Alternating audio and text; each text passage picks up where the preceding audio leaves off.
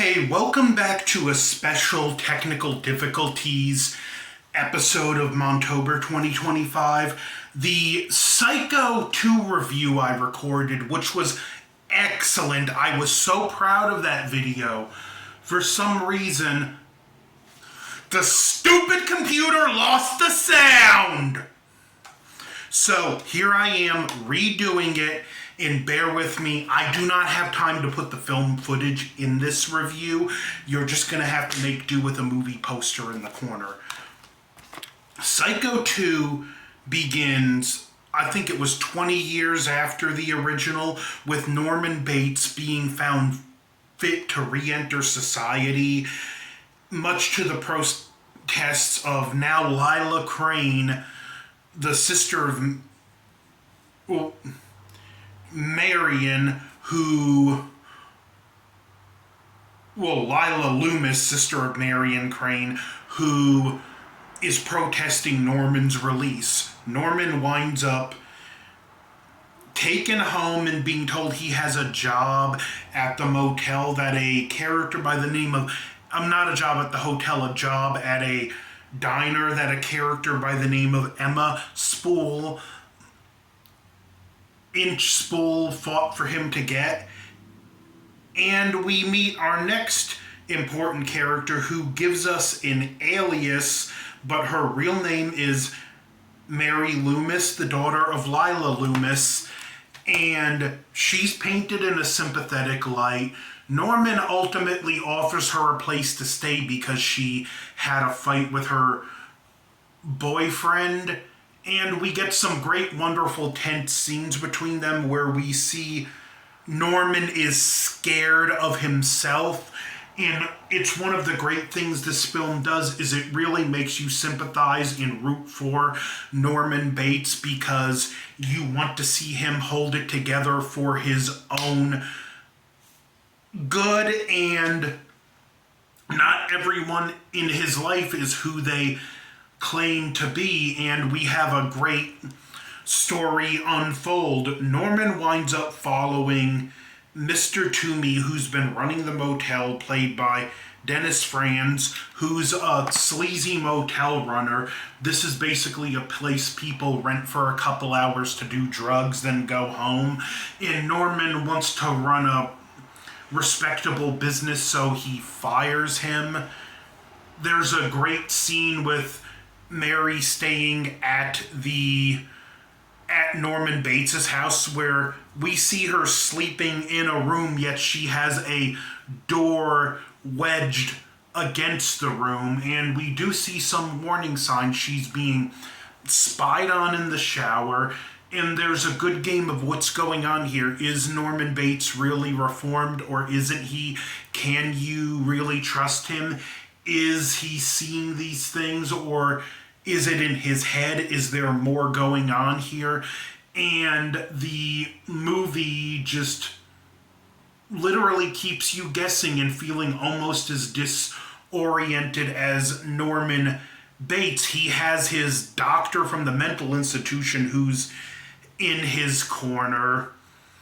We have a nice confrontation at the diner where Mr. Toomey shows up and starts making a scene, and Norman gets mad. Someone even leaves a letter that's supposedly from his mother saying in not so nice way she wants Mary out of the house, and Norman freaks out. Just really good stuff, and the film just continues to layer more and more on this. We see Mr. Toomey that night get killed by someone dressed as Mother. Very interesting, but yet the way it's shot, there's no way. It's like doubtful it could be Norman, but could it? Again, the film just does a nice job leaving you guessing. This film does feel so close to the original. It has It's the one film that I honestly believe, had Alfred Hitchcock lived to see this film, he would have improved. It builds on what he established in the first film, and there's a lot of great camera angles that feel like Hitchcock himself would have shot it. So even from a technical standpoint, Psycho 2 is a solid movie, and the relationship between Norman and Mary is really good, where she seemingly starts out nervous about him and she becomes supportive. There's a scene where Norman knows something's coming on. They're in a room together and he's holding a knife and she just holds on to him and calms him down, and it's a great scene. Eventually we find out that Mary is Lila Loomis's daughter, and their plan was to make him go crazy.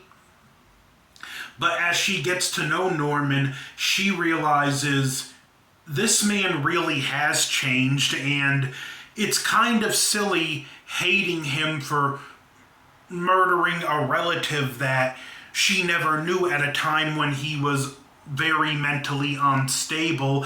And even her and her mother have a fight over this because she becomes protective over him.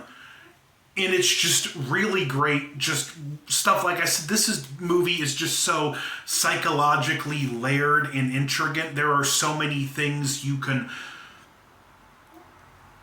pull apart from this. Again, I wish you could have seen my original review, but I'm going to have to make do with the best I can. And in this case,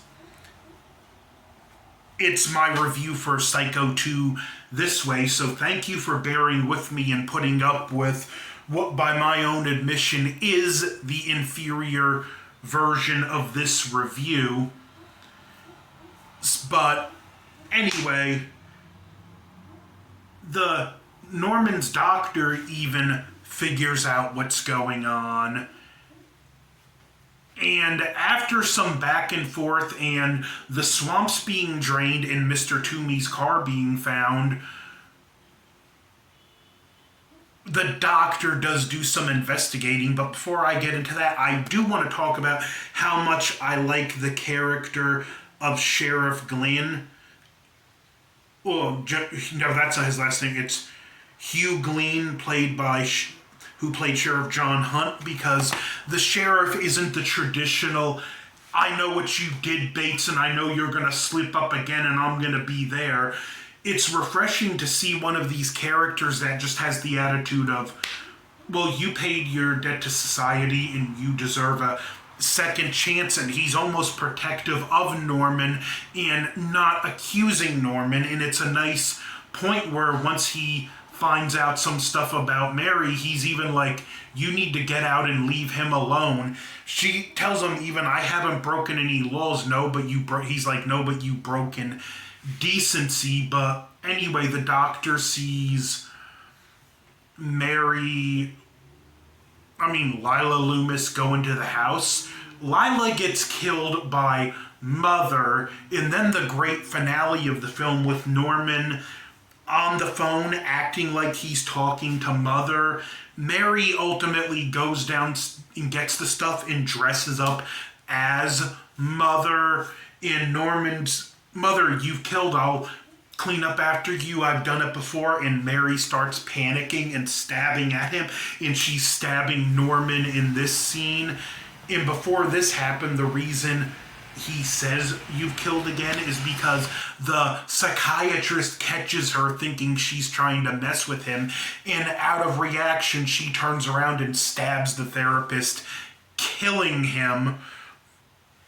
And now she's stabbing at Norman Bates as he's backing off, or she's backing off, and it leads to the basement where she finds her mother's body and thinks Norman did it. She at this point goes to really stab and kill him, and she gets gunned down by the sheriff. It's really tragic.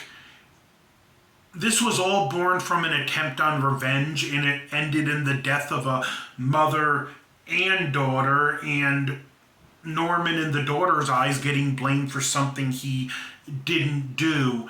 The sheriff takes him home after going to the hospital, then the station for questioning, and it's not all tied up. There's still questions.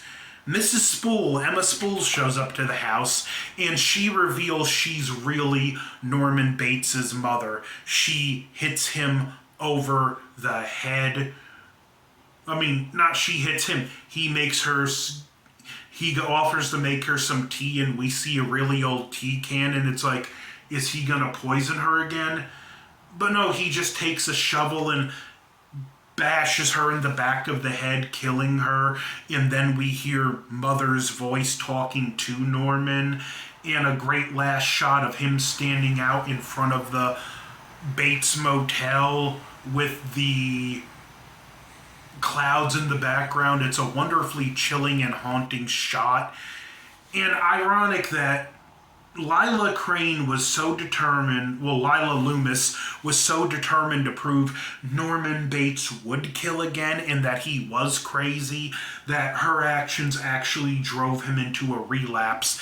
And everyone he kills from this point on out, that blood is on Norman Bates' hands. And thank you for putting up with my inferior Psycho 2 review.